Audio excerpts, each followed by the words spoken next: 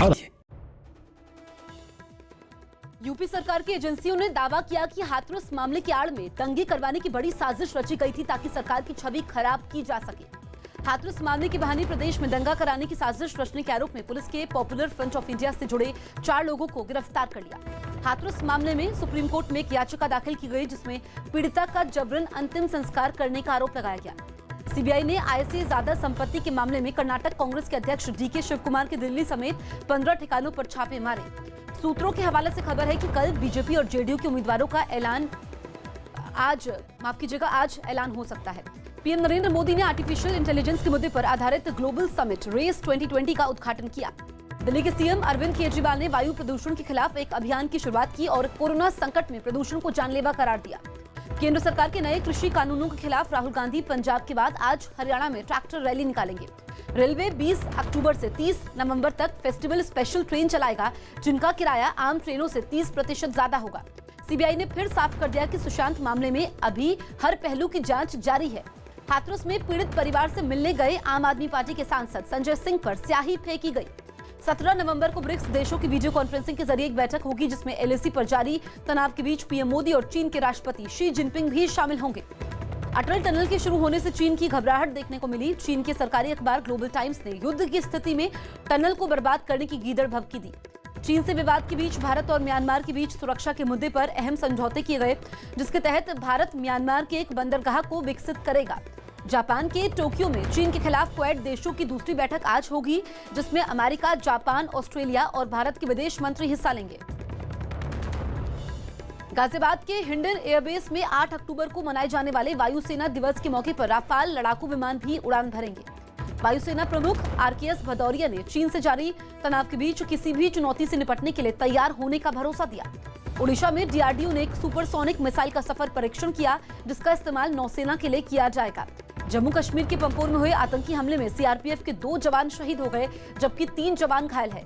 पाकिस्तान ने जम्मू कश्मीर के नौशेरा में सीजफायर तोड़ते हुए गोलाबारी की, जिसमें एक भारतीय सेना का अधिकारी शहीद हो गया। अमेरिका के 2 और ब्रिटेन के एक वैज्ञानिक को संयुक्त रूप से इस साल का मेडिसिन का नोबेल पुरस्कार दिया गया। इन तीनों को हेपेटाइटिस सी के वायरस का पता लगाने के लिए ये पुरस्कार मिला।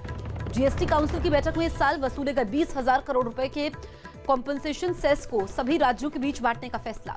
कोरोना पर बड़ा दावा करते हुए डब्ल्यूएचओ ने दुनिया भर के 10% लोगों की वायरस की चपेट में आने की आशंका जाहिर की। पीएम मोदी ने यहूदी नववर्ष पर इजराइल के पीएम बेन्यामिन नेतन्याहू और इजराइल के लोगों को बधाई दी।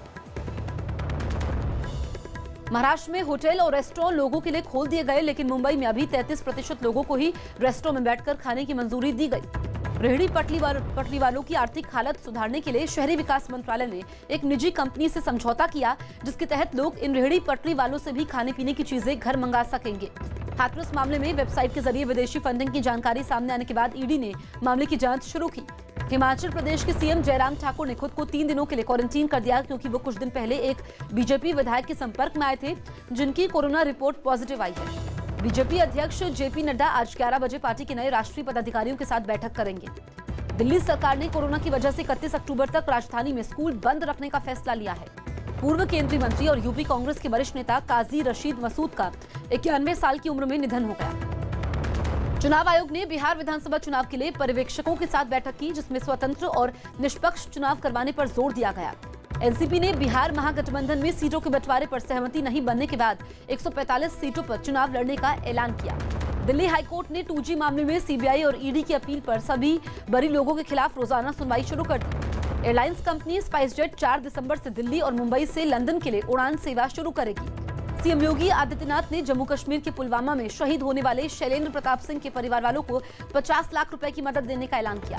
बिहार के पूर्णिया में कुछ लोगों ने एक आदमी की गोली मारकर हत्या कर दी। दिल्ली के पास गाजियाबाद में पुलिस ने तस्करों के कब्जे से 8 क्विंटल गांजा बरामद किया, जिसकी कीमत 1 करोड़ रुपए से ज्यादा बताई गई। बिहार की जमुई में सुरक्षा बल ने नक्सलियों के द्वारा लगाई गई एक ताकतवर आईडी को बरामद करने के बाद निष्क्रिय कर दिया। यूपी के मेरठ में पुलिस ने आईपीएल मैचों में सट्टेबाजी के आरोप में एक होटल मालिक समेत 5 लोगों को गिरफ्तार कर लिया। यूपी के सीएम योगी आदित्यनाथ ने वीडियो कॉन्फ्रेंसिंग के जरिए कुछ बीजेपी कार्यकर्ताओं से बात की और विकास के कामों में साथ देने की अपील की। पूर्व सांसद और जेडीयू नेता विश्व मोहन मंडल पटना में आरजेडी में शामिल हो गए। दिल्ली के विकासपुरी में पुलिस ने एक मुठभेड़ में 2 बदमाशों को पकड़ लिया। शरद पवार की पार्टी एनसीपी ने एलजीबीटी सेल बनाया और दावा किया कि ऐसा करने वाली एनसीपी देश की पहली पार्टी है। समाजवादी पार्टी ने यूपी में विधानसभा उपचुनाव के लिए 4 उम्मीदवारों की सूची जारी कर दी। उत्तराखंड सरकार ने 4 धाम यात्रा के लिए रोजाना श्रद्धालुओं की संख्या बढ़ाकर 3000 कर दी। यूपी के आगरा से अपहरण का केस निपटाकर दिल्ली लौट रही पुलिस की गाड़ी ट्रक से टकरा गई, जिसमें एक एएसआई की मौत हो गई, 2 पुलिस वाले घायल हो गए। छत्तीसगढ़ के कांकेर में हाथियों के झुंड ने रिहायशी इलाके में तोड़फोड़ मचाई, लोगों में दहशत का माहौल। राजस्थान के भीलवाड़ा में एक लड़की की छेड़खानी के आरोपी के बीच सड़क पर जमकर पिटाई की।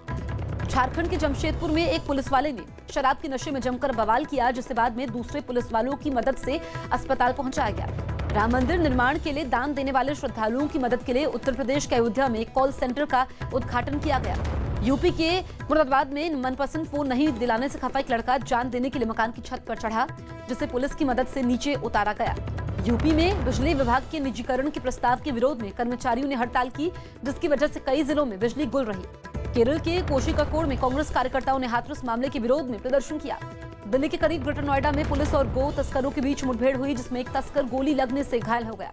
हिमाचल प्रदेश के ऊना में पुलिस ने एक लड़की को ड्रग्स के साथ गिरफ्तार कर लिया। मुंबई के नगर निगम में बीएमसी की स्थायी समिति और शिक्षा समिति के अध्यक्ष पद पर एक बार फिर शिवसेना ने जीत दर्ज की। छत्तीसगढ़ के जांजगीर में हाथरस कांड के विरोध में प्रदर्शन के समय कांग्रेस और भीम आर्मी के कार्यकर्ता आपस में ही भिड़ गए। महाराष्ट्र के पुणे में 400 किलो से ज्यादा गांजा जब्त किया गया, जिसकी कीमत करीब 85 लाख रुपए होने की आशंका जताई गई। गुजरात के जामनगर में एक महिला कांग्रेस पार्षद ने गैंगरेप के आरोपी को चप्पल मारी। जयपुर में राजस्थान कांग्रेस ने हाथरस मामले में मौन प्रदर्शन किया। जम्मू कश्मीर के पुंछ में सुरक्षा बल ने आतंकवादियों के एक ठिकाने से काफी मात्रा में हथियार और विस्फोटक बरामद किए। तेलंगाना के रंगारेड्डी से 1000 किलो से ज्यादा गांजा पकड़ा गया, जिसकी कीमत 1 करोड़ से ज्यादा आंकी गई। अहमदाबाद में एक इमारत में भीषण आग लगी, जिसे वक्त रहते काबू किया गया। बिहार के नालंदा में एक मकान से एक ही परिवार के 4 लोगों के शव संदिग्ध हालात में बरामद हुए। पश्चिम बंगाल के सिलीगुड़ी में वन विभाग ने हाथी दांत के साथ एक महिला को पकड़ लिया। कोरोना संकट के बीच आंध्र प्रदेश में वाईएसआर कांग्रेस नेता वाई वेंकट राव ने कृष्णा जिले में अपना जन्मदिन मनाया, जिसमें सैकड़ों कार्यकर्ता शामिल हुए।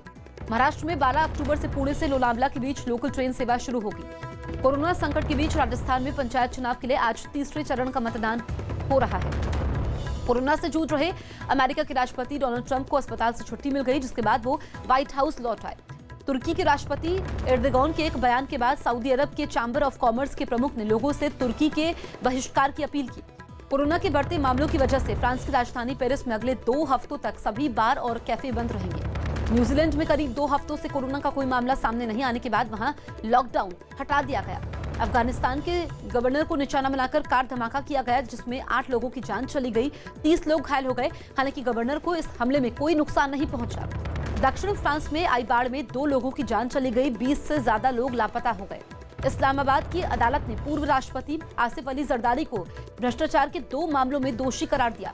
पाकिस्तान के पूर्व पीएम नवाज शरीफ के खिलाफ लाहौर में राजद्रोह का मामला दर्ज किया गया। कोरोना के खतरे के बीच किर्गिस्तान में आम चुनाव के लिए वोट डाले गए। कोरोना का इलाज करवा रहे अमेरिकी राष्ट्रपति डोनाल्ड ट्रंप ने वीडियो जारी कर उनका इलाज कर रहे डॉक्टरों का शुक्रिया अदा किया। मलेशिया में एक मंत्री के कोरोना पॉजिटिव होने के बाद वहां के पीएम मोइनुद्दीन यासिन 14 दिनों के लिए होम क्वारंटीन हुए। अर्मेनिया से युद्ध खत्म करने के लिए अजरबैजान ने 3 शर्तें रखी, जिनमें अर्मेनिया की सेना का विवादास्पद इलाके से पीछे हटना और माफी मांगना शामिल है। कोरोना के बढ़ते मामलों की वजह से मॉस्को के स्कूलों में 15 दिनों की छुट्टियां कर दी गई और छुट्टियों के बाद स्कूलों में ऑनलाइन पढ़ाई के आदेश दिए गए। लंदन में सुरक्षा वजह से भारतीय कंपनी ओला को नया लाइसेंस नहीं दिया गया। टीसीएस का मार्केट कैप 10 लाख करोड़ रुपए पर पहुंच गया, जिसके बाद वो 10 लाख करोड़ का मार्केट कैप हासिल करने वाली देश की दूसरी कंपनी बन गई। दुबई में खेले गए आईपीएल के 19वें मुकाबले में दिल्ली कैपिटल्स ने रॉयल चैलेंजर्स बेंगलुरु को 59 रनों से हरा दिया। 4 मुकाबले जीतने के साथ दिल्ली आईपीएल की अंक तालिका में सबसे ऊपर पहुंच गई है। आईपीएल का 20वां मुकाबला आज मुंबई इंडियंस और राजस्थान रॉयल्स के बीच अबुधाबी में शाम 7:30 बजे से खेला जाएगा। उंगली में चोट की वजह से दिल्ली कैपिटल्स के अमित मिश्रा आईपीएल के पूरे सीजन से बाहर हो गए। खबर है कि सनराइजर्स हैदराबाद के भुवनेश्वर कुमार भी चोट की वजह से आईपीएल के बाकी मैच नहीं खेल पाएंगे। कप्तान मेग लैनिंग के 101 रनों की बदौलत ऑस्ट्रेलिया ने न्यूजीलैंड की महिला टीम को दूसरे वनडे में 4 विकेट से हरा दिया। राजस्थान रॉयल्स के क्रिकेटर बेन स्टोक्स आईपीएल खेलने के लिए दुबई पहुंच गए। खबर है कि भारतीय महिला क्रिकेट टीम नवंबर में श्रीलंका का दौरा कर सकती है। फुटबॉल क्लब बार्सिलोना ने कोरोना वायरस की वजह से एक सीजन में करीब 850 करोड़ रुपए के नुकसान का दावा किया है। कोरोना की चपेट में आई फिल्म कलाकार तमन्ना भाटिया को अस्पताल से छुट्टी मिल गई। हालांकि अभी वो घर पर ही क्वारंटीन रहेंगी। विद्या बालन के साथ फिल्म तुम्हारी सुलू में नजर आ चुके अभिनेता मानव कौल कोरोना से ठीक हो गए। कंगना रनौत ने पूर्व सीएम जयललिता पर बन रही बायोपिक फलाईवी की शूटिंग शुरू कर दी है। अभिनेत्री पूजा बेदी ने गोवा पुलिस से अपनी ई-कॉमर्स वेबसाइट के फिर से हैक होने की शिकायत की। चलते चलते जैसी फिल्मों में काम कर चुके अभिनेता विशाल आनंद का लंबी बीमारी के बाद निधन हो गया। शिल्पा शेट्टी और परेश रावल समेत पूरी टीम ने मनाली पहुंचकर फिल्म हंगामा 2 की शूटिंग शुरू कर दी। खबर है कि शाहिद कपूर ने अपनी आने वाली फिल्म जर्सी की फीस में करीब 25% की कटौती कर दी।